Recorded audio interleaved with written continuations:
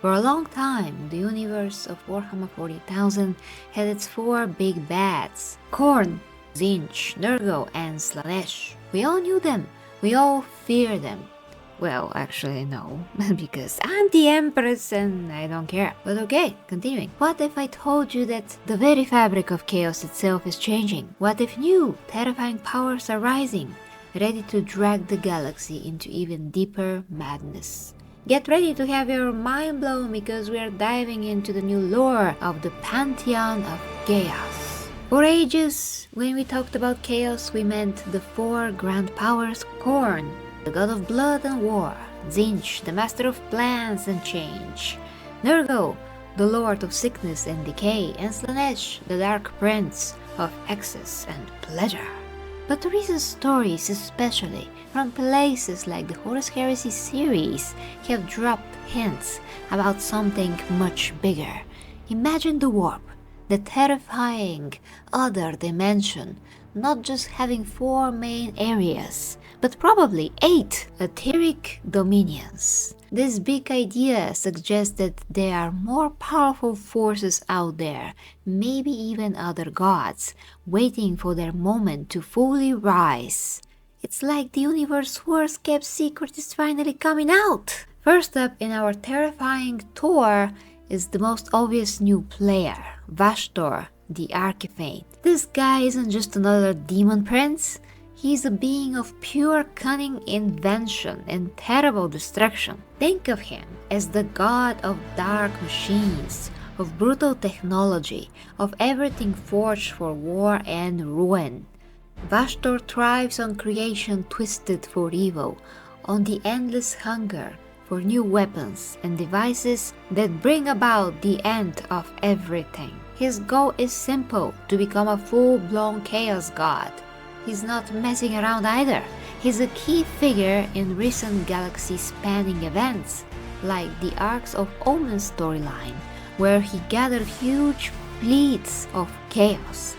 He shows us a different face of chaos, one not just about emotion, but about the cold hard ambition of industry and the endless pursuit of ultimate mechanical power. He's building his way to godhood, and that's a truly chilling thought for the Imperium. Then we have the Great Horned Rat. From one realm to another, well, here's where things get really interesting. Crossing over between different Warhammer settings, many of you know the Great Horned Rat as the terrifying god of the Skaven, the Rat Man from the Warhammer fantasy world, now called Age of Sigmar. He's a full-fledged chaos god in that setting, representing decay, ruin, ambition, and pure desperation. But chaos is a force that doesn't care about simple dimensions. The warp is a place where different realities can touch. So does the Great Horned Rat exist in the 40k galaxy too? The lore strongly suggests that. The intense emotions and beliefs that fuel him in one dimension could easily give rise to a similar or even the same entity in another. Imagine the endless greed and ambition of humanity, the decay of countless worlds, the sheer desperation of billions, all feeding a ravenous rat god. It's a terrifying thought that the Skaven god could be chewing at the foundations of the 40k universe, just waiting to fully reveal himself. Then, for some reason, we have the Dark King. Beyond Vashtor and the looming shadow of the Great Horned Rat, there are even more abstract ideas of new powers. Lore has hinted at concepts like the Dark King or the Primordial Annihilator. These aren't fully formed gods with specific codes yet, but more like immense ancient forces within the warp, representing the absolute totality of chaos, or the ultimate end of all things. They are less about specific emotions and more about the fundamental destructive nature of the warp itself. These whispers add another layer of dread, showing that chaos is far more complex and dangerous than even the wisest inquisitor fully understands. Now, as the 40k Empress, I like to make a suggestion. Unless the Dark King is some kind of an echo of what the Emperor was about to become at the end and the death.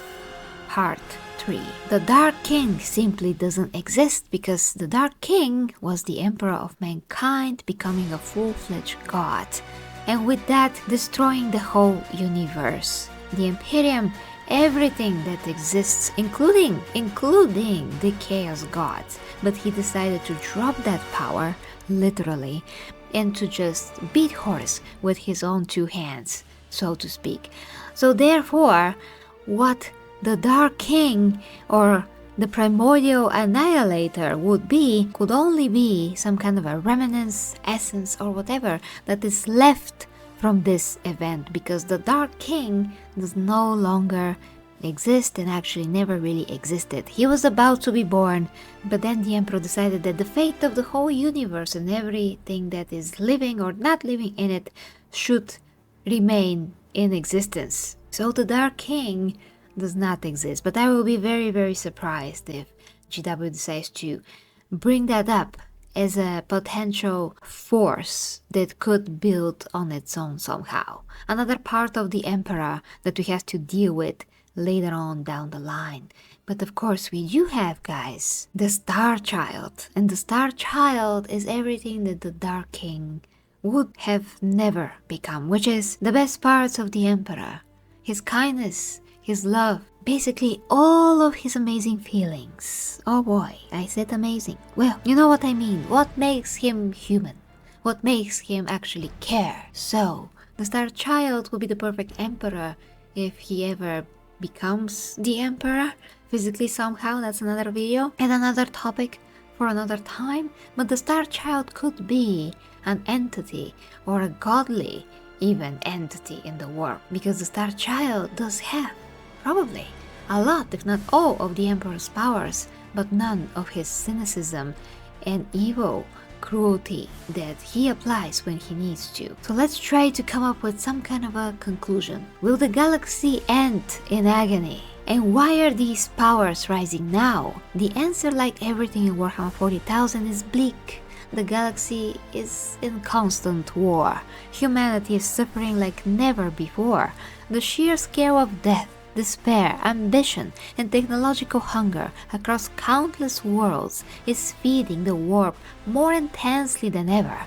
Every battle, every broken dream, every cold, calculated act of creation for destruction, every moment of fear and desperation adds to the raw energy that can birth new horrors. The expansion of the Chaos Pantheon means the fight for the galaxy just got infinitely harder. It is not just the same four enemies anymore. It's a universe where new gods can be born from the galaxy's endless lack of wisdom.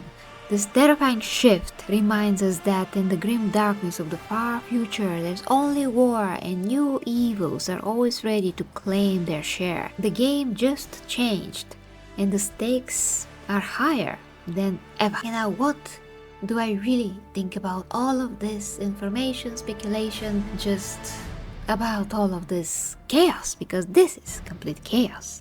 Well, if GW just want to keep expanding to the end of time, I can see that, but then again, there's so many loose ends that they haven't worked on just yet. Maybe we're going to see that, but what I really want to see myself is the Primarchs meeting, like the Lion, Gilliman, the Emperor rising again and actually fighting against all of that evil, just starting a new era of fighting against chaos, and it's going to be so epic, him leading. But I know and I realize that that's very hard to write, and that's why GW will totally escape this to the end of time. But there has to be balance. We can't just have all powers rising up, new gods entering the fold, unless something else happens, unless more Primarchs return, unless the Emperor himself rises from the Golden Throne. So it is my real hope that if good writing is present, we can have our cake and eat it too. We can have the Emperor and have amazing stories around his comeback. This is what I actually want as the Empress of mankind in this pocket dimension of Warhammer 40k, but of course the Emperor of mankind will remain the true Emperor forever for me and for everybody in Warhammer 40k. With that being said, guys, check the links down below if you'd like to support me, and let's hear it from the man itself, the Emperor of mankind, which I always love to bring to life. Here he is. Bye guys, love you. The 40k Empress teaches fitness, health, nutrition, and helps with your intimate relationships. At OnlyFans. Yes, I know what you're thinking, but she doesn't use it for Slanesh things. Go there and let her help you with what you truly need. The link is down below in the description dimension. Go on, click the link. I'd know if you didn't. I see you. For the imperium must not fail. The imperium we prevail. The warriors march with sacred might. Their purpose burning crystal bright. To lift the throne world from its plight and guard humanity's light.